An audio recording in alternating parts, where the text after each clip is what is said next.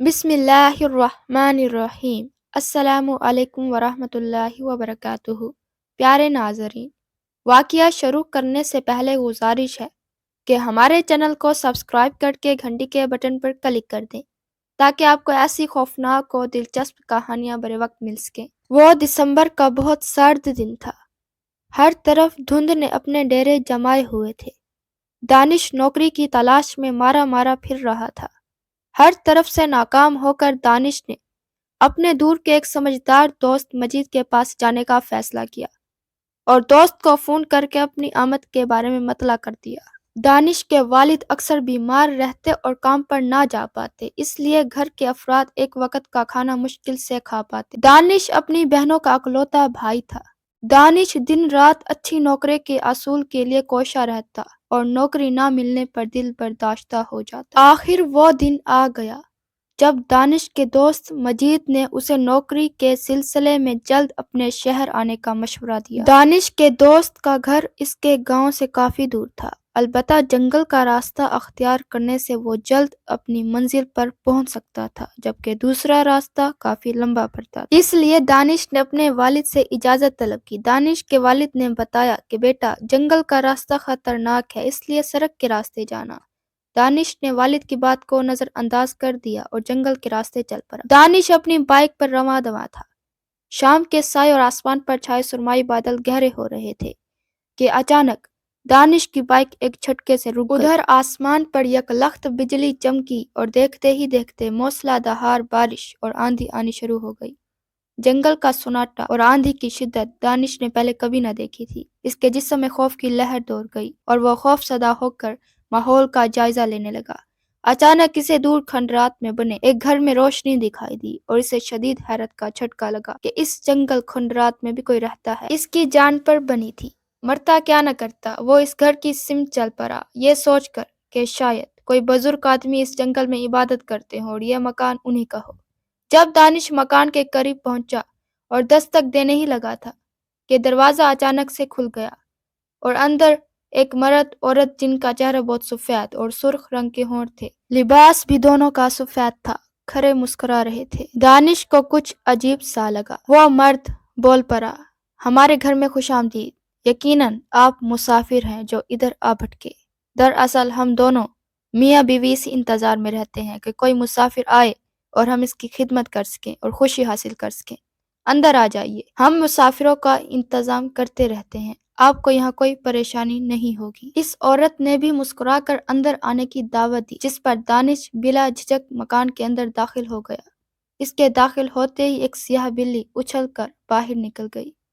مکان کے اندر کا ماحول دیکھ کر دانش کو خوف محسوس ہونے لگا، کیوں نہ کہ صحن کی حالت کو دیکھ کر کہا جا سکتا تھا کہ اس کی کبھی صفائی نہ کی گئی ہو۔ وہ دونوں میاں بیوی دانش کو ایک کمرے کے اندر لے گئے۔ کمرے کی دیواروں پر مختلف قسم کے جانوروں کے ڈھانچے اور انسانی کھوپڑیاں سجی ہوئی تھی، جبکہ ایک دیوار پر شیر کی کھال لٹکی ہوئی تھی۔ ایک کونے میں الماری پڑی ہوئی تھی۔ کمرے میں عجیب سی بدبو پھیلی ہوئی تھی۔ عورت نے دانش سے پوچھا، کیا پینا پسند کریں گے؟ دانش نے ڈرتے ہوئے کہا، اس کی ضرورت نہیں ہے۔ ساتھ کھڑے مرد نے مکروا انداز میں قہقہا لگاتے ہوئے کہا، نہیں، ہم اپنے مہمانوں کی بہت خاطر تواضع کرتے ہیں، ہم آپ کو اپنا بنایا ہوا مشروب پلائیں گے۔ اس پر عورت نے بھی زہریلے انداز میں شیطانی قہقہا لگاتے ہوئے کہا، ہاں کیوں نہیں، میں ابھی لے کر آتی ہوں۔ اس کے ساتھ ہی وہ عورت باہر چلی گئی۔ دانش کے ساتھ کھڑا مرد دانش کو عجیب انداز سے گھورنے لگا۔ دانش کو اس کا دیکھنا عجیب محسوس ہوا۔ وہ دل ہی دل میں خود کو کوسنے لگا کہ میں یہاں کیوں آ گیا۔ وہ کمرے میں پڑی ایک ٹوٹی ہوئی چارپائی پر بیٹھ گیا۔ کمرے کے چاروں کونوں میں مکڑیوں کے جال بنے ہوئے تھے۔ دانش کے ساتھ کھڑا آدمی بھی باہر چلا گیا۔ دانش کو عجیب سی الجھن ہونے لگی۔ اس نے اٹھ کر کمرے میں پڑی الماری کا پٹ کھول دیا۔ الماری کھلتے ہی کئی چمگادڑیں اٹھ کر دانش کے کندھوں پر آ بیٹھی۔ دانش نے گھبرا کر جلدی سے انہیں اپنے کندھوں پر سے ہٹایا اور خوف سے تھر تھر کانپنے لگا۔ اچانک وہی مرد اور عورت کمرے میں نمودار ہوئے اور عورت نے مکروا انداز میں ہنستے ہوئے کہا، لیجئے، آپ کا مشروب آ گیا، اب تم جلدی سے مشروب کو پی لو۔ اس کے ساتھ ہی عورت نے ایک بدبودار سیال مادہ دانش کے آگے کر دیا۔ دانش کو لگا جیسے کسی نے گندگی کا ڈھیر رکھ دیا ہو۔ وہ گھبرا کر یکدم پیچھے ہٹ گیا اور پینے سے انکار کر دیا۔ جب انہوں نے دانش کو مشروب پیتے نہ دیکھا تو ان کے رویے اور چہرے دونوں بدل گئے۔ اب وہ دونوں خوفناک صورتوں میں موجود تھے۔ دونوں مرد اور عورت کے ہونٹوں سے خون ٹپک رہا تھا۔ خوفناک انداز میں آپس میں کہنے لگے، ہم دونوں کب سے انسانی خون کو ترس رہے تھے۔ آج تو ہماری عید کا دن ہے۔ آج ہم اس انسان کا شکار کریں گے۔ دانش کا ہمارے خوف کے بدن میں خون خشک ہو گیا۔ وہ دونوں بھوت اس کی طرف بڑھنے لگے۔ آخر دانش نے اپنی تمام تر ہمت جمع کر کے اللہ کو یاد کیا اور زور زور سے آیت کرسی کا ورد کرنے لگا اور باہر کی طرف دوڑ لگا دی۔ دونوں خوفناک صورتوں والے بھوت آیت کرسی سنتے ہی چیخنے چلانے لگے اور دانش کے پیچھے بھاگنے لگے۔ ادھر دانش پوری طاقت سے بھاگ رہا تھا اور ساتھ ہی ساتھ آیت کرسی اونچی آواز میں پڑھتا جا رہا تھا۔ راستے بارش کی وجہ سے کچڑ سے بھرے ہوئے تھے، لیکن دانش کو کیا پرواہ تھی، اسے تو اپنی جان بچانی تھی۔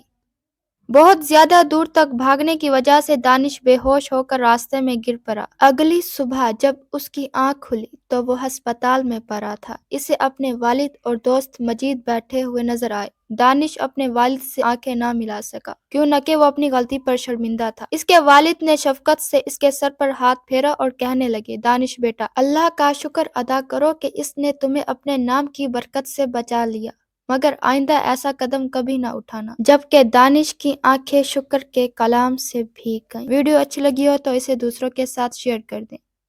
مزید اچھی ویڈیوز کے لیے ہمارے چینل کو سبسکرائب کر دیں۔ ملتے ہیں اگلی ویڈیو کے ساتھ، تب تک کے لیے اللہ حافظ۔